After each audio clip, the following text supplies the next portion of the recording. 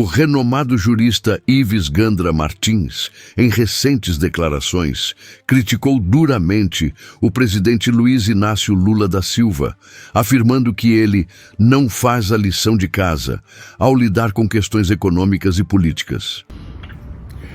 O Congresso Nacional veio a derrubar, mas por uma expressiva maioria, esse aumento pretendido do presidente Lula do IOF. Foram mais do que o necessário para aprovar emendas constitucionais os que votaram contra o aumento do IOF. O presidente Lula disse que faltou caridade cristã aos empresários brasileiros e não quererem um pouco mais de tributação. Mas o que eles estão vendo é o que também o presidente do Banco Central vê, o que os economistas veem, é que ele não faz a lição de casa. Segundo Gandra, o governo Lula sofreu uma lapada histórica do Congresso Nacional com a derrubada do decreto que aumentava as alíquotas do Imposto sobre Operações Financeiras, IOF, em votação esmagadora na Câmara, 383 a 98, e no Senado, por votação simbólica, em 25 de junho de 2025. Essa derrota, que comprometeu a arrecadação de cerca de 20 bilhões de dólares, expôs a fragilidade da articulação política do governo e a falta de alinhamento com o legislativo. Não corta despesas, ao contrário. Continua, enfim, gastando o que não tem, não fazendo uma seleção correta da Bolsa Família, senão não haveria 7 milhões, segundo o Alexandre Garcia, de famílias que, enfim, recebem há mais de 10 anos a Bolsa Família, e não é falta de espírito cristão. Espírito cristão é quem não percebe que o gasto sem ter recursos leva à derrocada econômica da nação. Os institutos no Senado Federal, como eu disse ontem, e ao mesmo tempo aqueles que estão prevendo, mostram que o presidente Lula não está conseguindo conquistar com essa tentativa de agradar o povo, mas destruindo as contas públicas, porque é o que nós estamos vendo, gastamos muito mais do que se pode arrecadar, e aumento de tributação que fere toda a população, razão pela qual houve os representantes do povo, de situação e oposição, estão no Congresso Nacional, porque lá há 100% da representação popular, uma esmagadora maioria derrubando o que ele pretendia de aumento da carga tributária. E não é falta de espírito cristão, é evidente. É falta de espírito cristão, como eu disse, é não perceber que se nós não acertarmos as contas públicas, é todo o povo que vai ser prejudicado. E não, enfim, por falta de espírito cristão, mas por falta de visibilidade do presidente Lula e como é que se administra as contas públicas. E o resultado são as próprias pesquisas.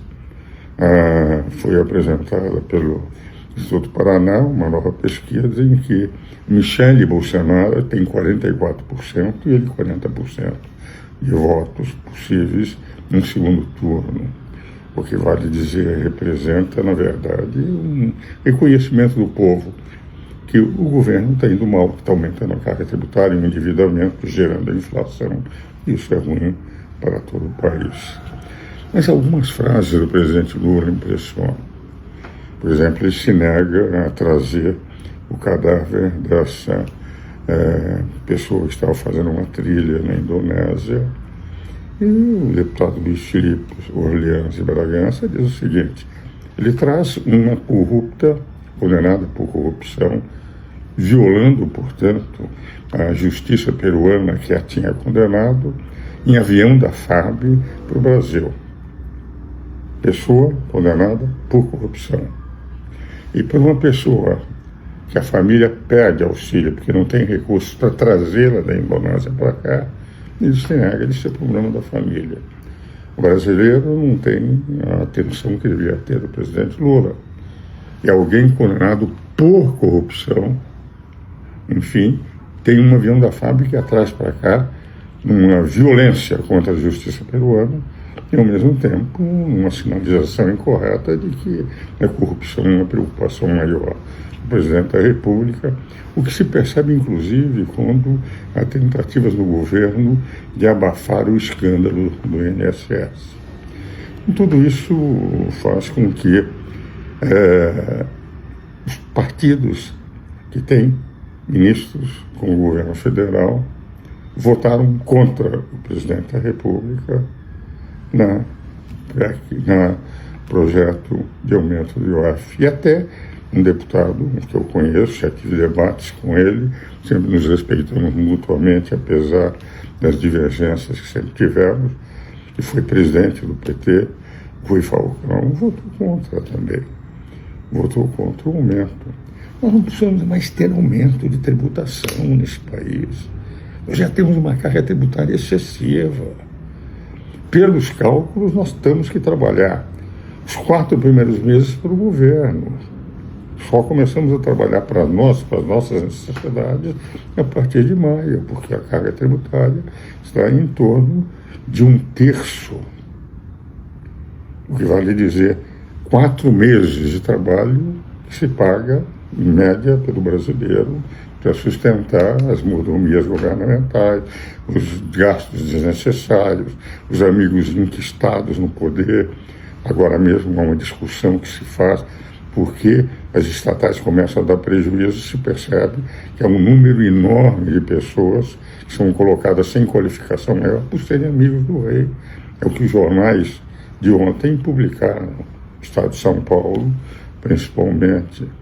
Então, me parece que o que se tem que pensar seriamente, eu gostaria que o presidente pensasse, porque eu não sou daqueles que querem que o governo dê errado, eu gostaria, para o bem do Brasil, que o governo desse certo. Pensar, primeiro ponto, tem que acertar as contas públicas, não por aumento de receita e aumento de endividamento, mas por corte de gastos. É o que ensina os livros de economia. O presidente disse no início do governo que não se importava com os livros de economia. Porque, caso contrário, ele está, enfim, se diluindo como presidente.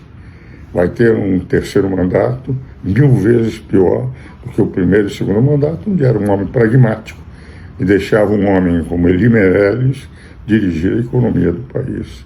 Apesar de presidente do Banco Central, é quem dava os traços fundamentais, pessoa que, por entender de economia e ler livros de economia, foi um excelente ministro, presidente do Banco Central e o verdadeiro ministro da Fazenda de fato. É isso que o presidente teria que pensar.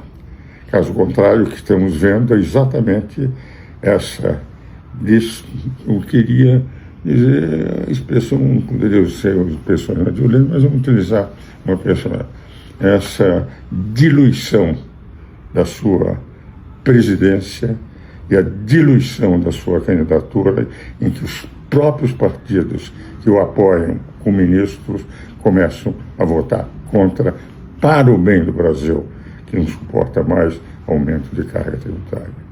A decisão do governo de recorrer ao Supremo Tribunal Federal, STF, para tentar reverter a derrubada do IOF pode intensificar a guerra entre os poderes executivo, legislativo e judiciário.